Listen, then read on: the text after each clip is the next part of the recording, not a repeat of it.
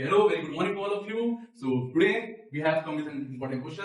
The question is saying that A is counting the number from 1 to 31 and B is counting from 31 to 1. Right? Just opposite of A, B is doing. Okay? Now what else is given? A is counting the odd numbers only. Okay? You all know what are odd numbers? Numbers starting from 1, 3, difference of 2 will be there. So those numbers are called odd numbers. And the speed of both are same. So here in the question, what are the points you have to know? So the one point is that the counting the odd number, which is done by A. A is counting on the odd numbers.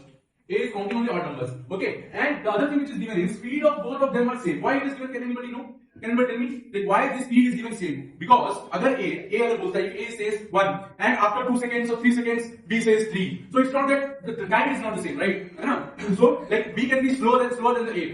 Like A जो है क्या बोलते हैं 1 बोला, B जो है 31 बोला, ठीक है? फिर A जो है क्या बोलते हैं 3 बोला, 5 बोला. जब तक 3 5 बोला तब तक A जो है क्या बोलते हैं B जो है सिर्फ आपका 30 तक ही पहुंच पाया उल्टा नंबर में. समझ में आ रहा है नहीं आ रहा? So when we are counting, so here it is saying that when they are counting, the counting speed is same.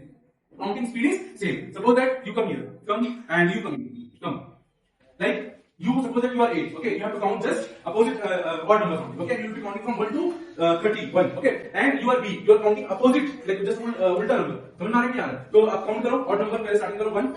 जैसे ही 1 बोला वैसे ही आपको क्या बोलना है 31. Now next odd number 30. या समझ में आ गया सबको? ना गो बैक. ओके, समझ में आ गया? तो A जो है जब 1 बोल रहा था मतलब अगर आपको टेबल बनाना है, if we form a table, है ना?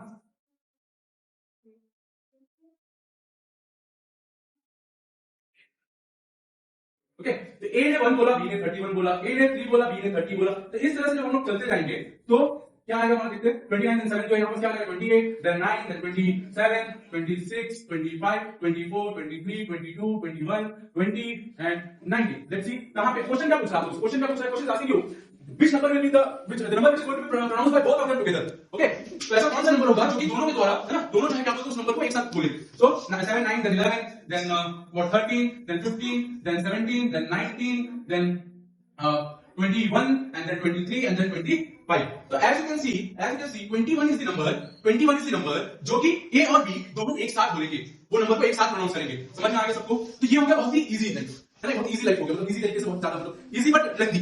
ठीक है, थोड़ा सा टाइम टेकिंग हो गई अपने लिए, है ना? इसी चीज को हम लोग तो ये हो गया अंडरस्टैंडिंग के पर्पस एक्चुअल में हो गया है कि A ने काउंट किया, B ने काउंट किया, एक नंबर पे है जो कि दोनों एक साथ काउंट कर रहे हैं. समझ में आ गया? अब इसी क्वेश्चन को same question this question we are going to solve with a formula and that will be solved in seconds. Okay, the very first thing formula for that, like A will be counting that number, counting of A, if A is counting, so formula for that is going to be 2n minus 1. Now how this formula has come? So this has come by using arithmetic progression, okay, AP that we call, okay, but there is a like chapter AP is there, है ना, जो कि अपन पढ़ेंगे बहुत बाद में. ठीक है, बट यहाँ बस आपका क्या हो रहा है 2n minus 1 हो गया फॉर्मूला काउंटिंग का, और B के लिए क्या हो जाएगा? B के लिए क्या हो जाएगा 32 minus n.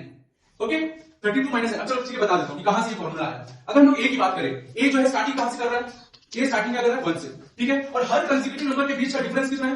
हर कंसेक्यूटिव नंबर के बीच का डिफरेंस कितना है? 2 है कि नहीं? यहां पर आप देख सकते हो इन दोनों के बीच का डिफरेंस 2, इन दोनों के बीच का डिफरेंस 2. तो अपन इसको बोलते हैं सीक्वेंस और इसी को एपी भी बोला जाता है. ठीक है, ऐसा ऑर्डर जिसमें कि आपका नेक्स्ट टर्म जो है क्या बोलते हैं कांस्टेंट या some kind of pattern is followed. तो ऐसा ऑर्डर जिसमें कुछ टाइप का पैटर्न फॉलो होता है we call that as sequence. Okay, और एपी किसको बोलते हैं? अरिथमेटिक प्रोग्रेशन किसको बोलते हैं? ऐसा सीक्वेंस जिसमें कंसेक्यूटिव टर्म्स के बीच का जो डिफरेंस होता है वो कांस्टेंट होता है. ठीक है, एज यू कैन सी हर कंसेक्यूटिव टर्म्स के बीच का डिफरेंस क्या है? कांस्टेंट है. 1 और 3 के बीच का डिफरेंस 2, 3 और 5 के बीच का डिफरेंस 2, 5 और 7. तो हर कंसेक्यूटिव नंबर के बीच का डिफरेंस क्या है? Constant which is 2.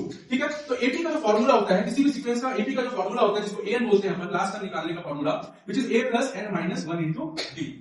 This is the formula to get the any place value, okay, of the sequence. Okay, so a equals to a plus n minus 1 into d. Now here as you can see a is 1 plus n minus 1 into d is what? D is what? D is your 2 or d is your minus 2?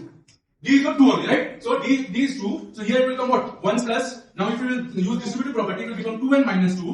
Okay, so here minus 2 plus 1 will become minus 1. So 2n minus 1 becomes the formula. Now what is this formula used for? As I said, this formula is used for finding out the place of the value of the place. Like if the person is standing at, if the number is at 4th place, so what is that number? So same like here, like if I want to get the value of 5th place value, right?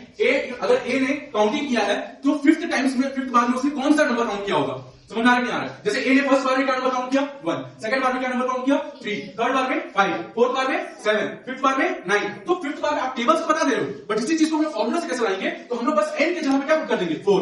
Sorry 5, n के साथ हम लोग क्या put करेंगे 5। अगर मेरे को fifth number का प्लेस का पता करना है 1 2 3 4 5, मेरे को अगर इस प्लेस का पता करना है कि a ने क्या काउंट किया होगा, तो मैं क्या करूंगा, बस n = 5 रख दूंगा। n = 5 रखते ही अपने पास क्या आ जाएगा 10 - 1 जो कि 9। और आप देख सकते हैं कि फिफ्थ प्लेस का वैल्यू क्या आया 9। समझ में आया कि नहीं? तो इसी तरह से एक वैसे कोई सीक्वेंस होता है जिसमें कॉन्सेक्यूटिव टर्म्स का डिफरेंस कांस्टेंट होता है, तो हम लोग इस फॉर्मूला का यूज करके किसी भी प्लेस का वैल्यू हम लोग निकाल सकते हैं। समझ में आया कि नहीं?